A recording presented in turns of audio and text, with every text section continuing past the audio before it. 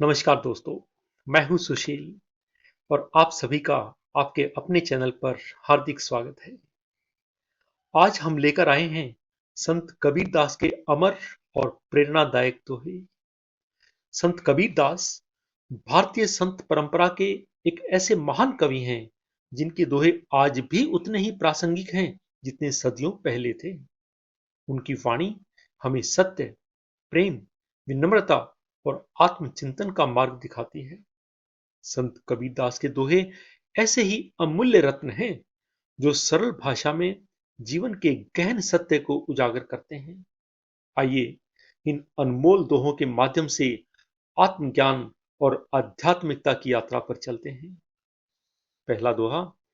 बुरा जो देखन मैं चला, बुरा न मिलया कोई। बुरा जो देखन मैं चला, बुरा न मिलया कोई। जो दिल खोजा आपना, मुझसे बुरा न कोई। व्याख्या है कि कबीरदास जी हमें आत्मचिंतन का दर्पण दिखाते हैं। जब हम संसार में दूसरों की कमियां खोजने निकलते हैं तो हमारा मन आलोचना से भर जाता है, परंतु जैसे ही हम अपने अंतर्मन में झांकते हैं तो हमें अपनी सीमाएं, कमजोरियां और त्रुटियां दिखाई देती हैं। यह अनुभूति हमें विनम्र बनाती है और आत्म सुधार की दिशा में अग्रसर करती है। यह दोहा हमें सिखाता है कि सच्चा परिवर्तन बाहर नहीं अपितु भीतर से आरंभ होता है। एक शेर भी है कि उम्र भर यही खता करता रहा, धूल थी चेहरे पर और आईना साफ करता रहा। चलिए अगले दोहे की ओर बढ़ते हैं। काल करे सो आज कर, आज करे सो अब, पल में प्रलय होएगी, बहुरी करेगा कब। यह दोहा समय की तीव्र गति और जीवन की अनिश्चितता को अत्यंत प्रभावशाली ढंग से प्रस्तुत करता है। कबीर जी हमें चेतावनी देते हैं कि टालमटोल केवल अवसरों को ही नहीं बल्कि संभावनाओं को भी समाप्त कर देती है। जीवन का प्रत्येक क्षण एक अमूल्य उपहार है। यदि हम इसे व्यर्थ गवाते हैं तो यह कभी वापस नहीं आता। इसलिए संकल्प लें कि जो भी श्रेष्ठ कार्य करना है उसे अभी और इसी क्षण प्रारंभ करें। एक प्रसिद्ध कथन भी है कि पहले मैंने समय को बर्बाद किया, अब समय मुझे बर्बाद कर रहा है। These are the classical lines by Shri William Shakespeare ji. इस संदर्भ में मुझे राजेश खन्ना और मुमताज की फिल्म आपकी कसम का एक गाना जो श्री आनंद बख्शी जी द्वारा रचित है कि जिंदगी के सफर में गुजर जाते हैं जो मकाम, वो याद आया। उसकी कुछ पंक्तियां हैं कि फूल खिलते हैं, लोग मिलते हैं, मगर पतझड़ में जो फूल मुरझा जाते हैं वो बहारों के आने से खिलते नहीं। कुछ लोग एक रोज जो बिछुड़ जाते हैं वो हजारों के आने पे मिलते नहीं। उम्र भर चाहे कोई पुकारा करे उनका नाम, वो फिर नहीं आते, वो फिर नहीं आते। आगे पंक्तियां हैं कि सुबह आती है, रात जाती है, यूं ही वक्त चलता रहता है, रुकता नहीं, एक पल में ये आगे निकल जाता है। और आदमी ठीक से देख पाता नहीं और पर्दे पे मंजर बदल जाता है। एक बार चले जाते हैं जो दिन रात सुबह शाम, वो फिर नहीं आते, वो फिर नहीं आते। So we should make optimum utilization of our time. Let's get on to next couplet. पोथी पढ़ पढ़ जग मुआ, पंडित भया न कोई। ढाई आखर प्रेम का, पढ़े सो पंडित होए। कबीर जी इस दोहे के माध्यम से ज्ञान की वास्तविक परिभाषा प्रस्तुत करते हैं। वे बताते हैं कि केवल पुस्तकों का अध्ययन करने से ही व्यक्ति विद्वान नहीं बन जाता। सच्चा ज्ञान तब प्रकट होता है जब हृदय में प्रेम, करुणा और सहानुभूति का प्रकाश होता है। ढाई आखर प्रेम मानवता का सार है जो समाज में सौहार्द और शांति स्थापित करता है। यह दोहा हमें बौद्धिकता के साथ साथ भावनात्मक संवेदनशीलता को अपनाने की भी प्रेरणा देता है। Compassion and sense of empathy towards our fellow human beings is of paramount importance. Next couplet comes. गुरु गोविंद दो खड़े, काके लागू पाए। गुरु गोविंद दो खड़े, काके लागू पाए। बलिहारी गुरु आपने, जिन गोविंद दियो बताए। कबीरदास जी गुरु को उस प्रकाश स्तंभ के रूप में देखते हैं जो अज्ञान के अंधकार में भटके हुए मनुष्य को सत्य और ईश्वर की ओर मार्गदर्शित करता है। यदि गुरु न हो तो ईश्वर की अनुभूति भी संभव नहीं। इसलिए गुरु के प्रति कृतज्ञता और सम्मान व्यक्त करना हमारी आध्यात्मिक यात्रा का एक महत्वपूर्ण हिस्सा है। यह दोहा हमें अपने शिक्षकों और मार्गदर्शकों के प्रति श्रद्धा से भर देता है। Because teachers not only teach us but also provide us the vision to have a better perspective of their life.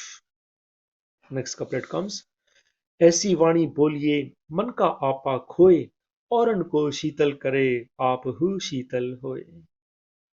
Kabir ji मधुर वाणी को एक शीतल हवा के समान बताते हैं जो न केवल दूसरों के मन को शांति प्रदान करती है अपितु स्वयं के हृदय को भी सुकून देती है।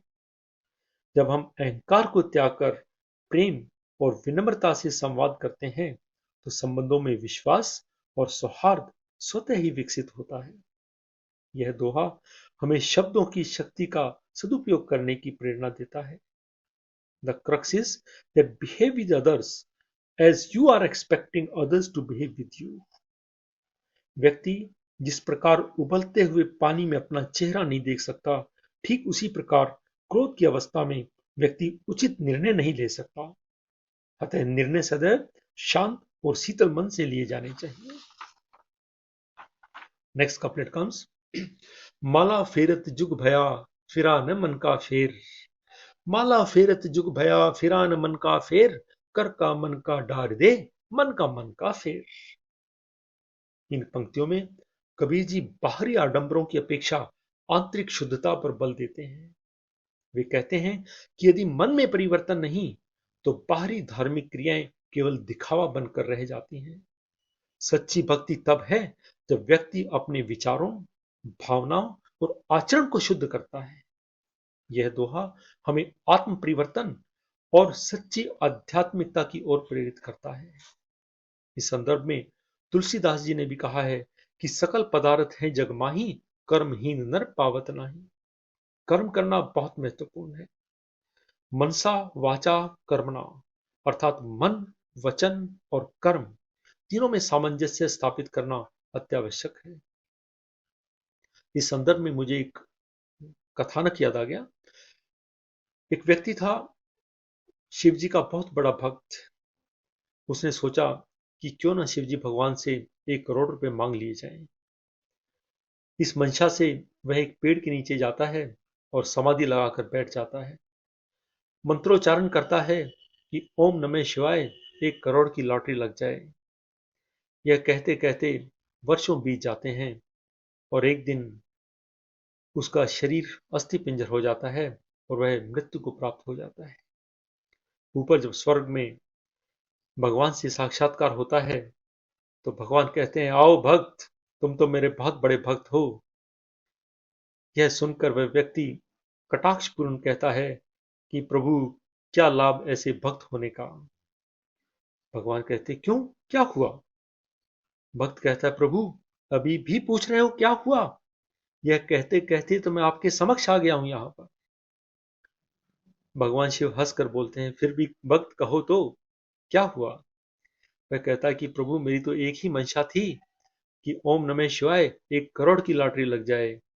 प्रभु कहते हैं, अबोध बालक, मैं भी यही सोच रहा था कि यह भक्त मेरी कितनी पूजा कर रहा है, लेकिन कम से कम एक बार उठ करके लॉटरी की टिकट खरीदने तो जाते, क्योंकि बिना लॉटरी की टिकट खरीदी कैसे लॉटरी लग जाएगी। सो भावार्थ है कि बिना कर्म किए कुछ नहीं मिलता है। ओके, नेक्स्ट कपलेट कम्स, साईं इतना दीजिए जामे कुटुंब समाए, मैं भी भूखा ना रहूं और साधु भी भूखा न जाए। यह दोहा एक संतुलित जीवन की अद्भुत झलक प्रस्तुत करता है। कबीर जी ईश्वर से अपार धन संपत्ति नहीं अपितु इतना ही मांगते हैं जिससे उनका परिवार सुखपूर्वक जीवन व्यतीत कर सके और वे दूसरों की सहायता भी कर सके। यह संतोष, उदारता और सामाजिक उत्तरदायित्व का एक सुंदर संगम है। यह हमें सिखाता है कि सच्ची समृद्धि संतुलन और साझा करने में ही निहित है। There is a saying also that one should have resources to meet one's need, not the greed, because there is no limit to the greed. Next couplet comes, धीरे धीरे रे मना, धीरे सब कुछ होए, माली सींचे सो घड़ा, ऋतु आए फल होए। कबीर जी कहते हैं कि धैर्य का बहुत महत्व है। जैसे माली चाहे कितनी ही मेहनत कर ले, चाहे कितने ही घड़ों से फल को सींचे, लेकिन फल तो उचित समय पर ही लगेगा। उसी प्रकार जीवन में भी सफलता धैर्य और निरंतर प्रयास से ही प्राप्त होती है। यह दोहा हमें अधीरता को छोड़कर विश्वास और धैर्य के साथ अपने लक्ष्य की ओर बढ़ने की प्रेरणा देता है। कहावत भी है कि समय से पहले और तकदीर से ज्यादा कुछ नहीं मिलता, किंतु यह भी महत्वपूर्ण है कि करत करत अभ्यास के जड़ मत होत सुजान, रसरी आवत जात के सिल पर परत निशान। So consistency and perseverance are the salient features of the success. Now our next couplet comes, कबीरा संगत साध की जो गंधी में बास, जो कुछ गंदी दे नहीं तो भी बास सुबास। कबीरदास जी बताते हैं कि जिस प्रकार सुगंधित फूलों के समीप रहने से वातावरण सुगंधित हो जाता है, उसी प्रकार सज्जनों की संगति से मन में सद्गुणों का विकास होता है। इसके विपरीत बुरी संगति व्यक्ति को नकारात्मकता और पतन की ओर ले जाती है। यह दोहा सही वातावरण और मित्रों के चयन की महत्ता को उजागर करता है। तो दोस्तों, इसी के साथ ही हम आज का यह प्रसंग समाप्त करते हैं। संत कबीरदास के ये दोहे केवल काव्य नहीं है, बल्कि जीवन को आलोकित करने वाले ज्ञान के दीपक हैं। आशा है इन अनमोल वचनों ने आपके हृदय को स्पर्श किया होगा और जीवन में सकारात्मक परिवर्तन की प्रेरणा दी होगी। यदि आपको यह वीडियो पसंद आया तो कृपया इसे लाइक और शेयर करें, और ऐसे ही प्रेरणादायक वीडियो के लिए हमारे चैनल को सब्सक्राइब करना न भूलें। इन्हीं अनमोल विचारों के साथ आपसे विदा लेते हैं। धन्यवाद, शुक्रिया, मेहरबानी। आपका बहुत बहुत धन्यवाद।